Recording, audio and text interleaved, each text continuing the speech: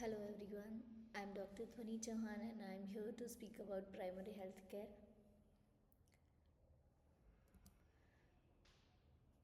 The contents of this presentation are introduction to PHC characteristics, elements or essential components, principles, community diagnosis and assessment of healthcare services.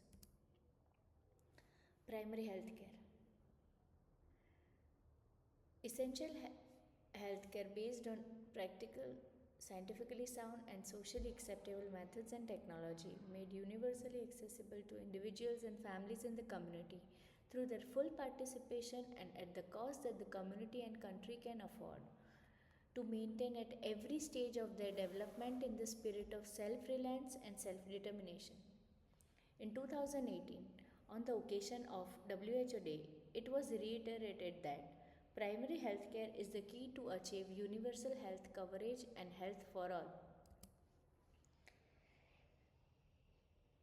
Primary health care forms an integral part of the country's health system. It is the first level of contact of individuals, the family, and the community with the national health system, bringing health care as close as possible to where people live and work. Primary health care was identified as the key measure through which health for all was envisaged to be achieved. Characteristics of primary health care. There are 6 major characteristics which are listed below. It stresses on prevention rather than cure. It relies on self help, community participation, and technology that the people find acceptable, appropriate, and affordable. It combines modern scientific knowledge and feasible health technology with acceptable, effective, and traditional healing practices. It should be shaped around the life patterns of the population. It should meet both the needs of the local community and be an integral part of the national healthcare system. And the last one is it should be formulated and implemented with involvement of the local population. Elements. Elements also called essential components. It has 8 essential components. The first one is education about common health problems and what can be done to prevent and control them. The second is maternal and child health care, including family planning. The third is promotion of proper nutrition. Fourth is immunization against major infectious disease, an adequate water supply, safe water supply. Sixth is basic sanitation. Seventh is prevention and control of local endemic disease, and the eighth is appropriate treatment for common disease and injuries. Now, principles, which are 4 pillars of primary health care. Primary health care is a concept which is built upon as a system. For this concept to be successful, it should employ the following 4 essential principles.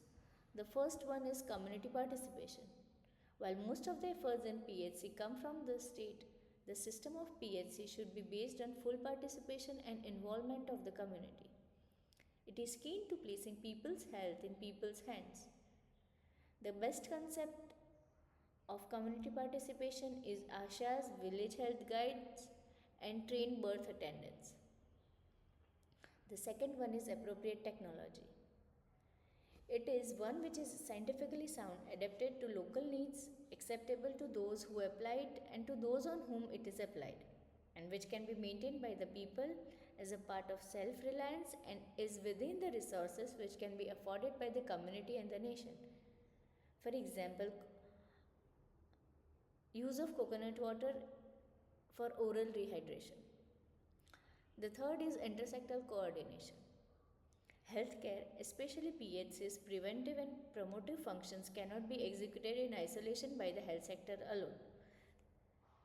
There are various sectors concerned with human development need to function in close cooperation and tandem. These include health, education, legal, urban or rural development, agriculture, industrial, and similar other sectors.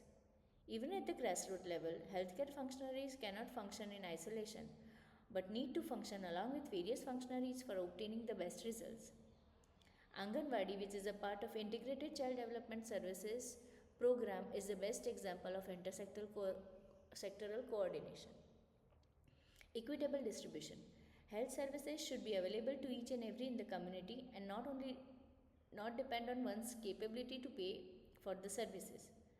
In fact, those who are not in a position to pay are mostly the ones in need of healthcare.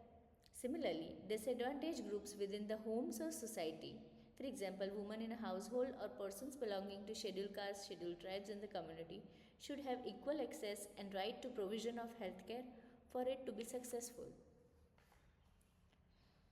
For example, in our country, Ayushman Bharat Mission is a scheme in which 50 crore of the poor population belonging to 10 crore families in India are covered with health insurance for primary, secondary, and tertiary levels of healthcare for an expense of about 5 lakh per family per year, with the cost of insurance being borne by the government.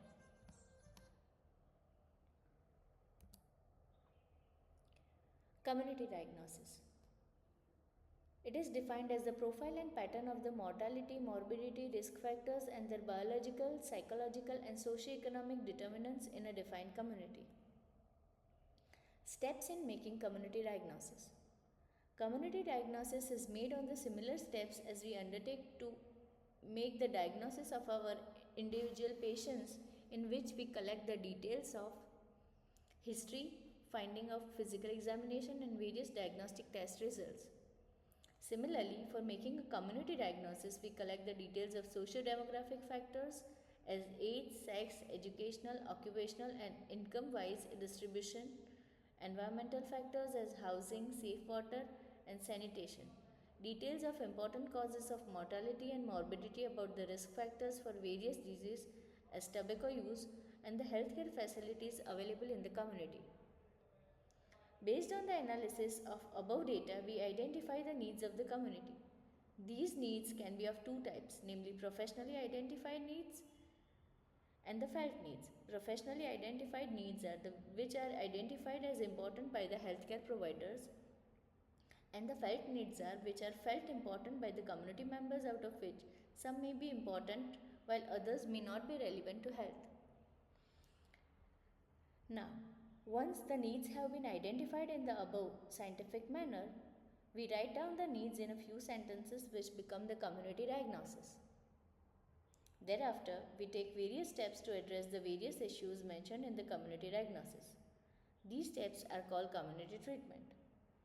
An example of community diagnosis: the community under study is one living in a slum area with low socioeconomic status, low education, congested accommodation, high prevalence of alcoholism, open air defecation of about 50%, high under 5 mortality due to ARIs and diarrheal disease, only 40% coverage with immunization, high prevalence of HIV infection and TB among adults, and poor access to healthcare services.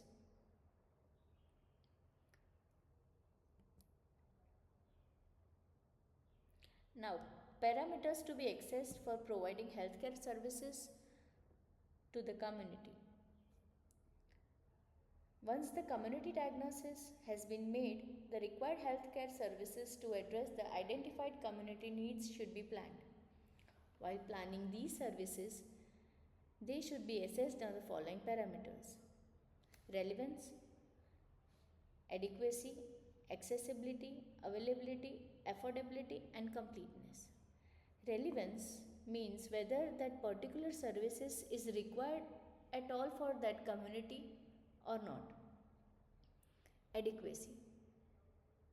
It is whether the service is adequately staffed, equipped, and organized as per the requirements of the community served. For example, doctor population ratio, bed population ratio. Now, third one is accessibility. Accessibility is whether the services can be reached by all community members. For example, no person should walk for more than 5 kilometers from home to reach the PHC or sub-center. Availability. whether the doctors or auxiliary staff, equipment, and drugs are present at all times for emergencies or during working hours for routine care. Affordability, whether the service can be afforded in the terms of cost by the community members.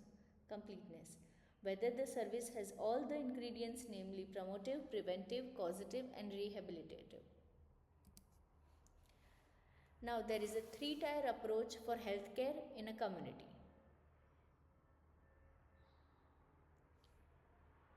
The three-tier approach refers to a system of healthcare delivery structured at three different levels to provide comprehensive care, particularly in large, diverse countries like India. The approach is designed to cater to the health needs of the population at the primary, secondary, and tertiary levels of healthcare. These three-tier system ensures that healthcare is available at every level, from basic to highly specialized care, and is designed to make healthcare accessible to all, especially in rural or underserved areas. Thank you.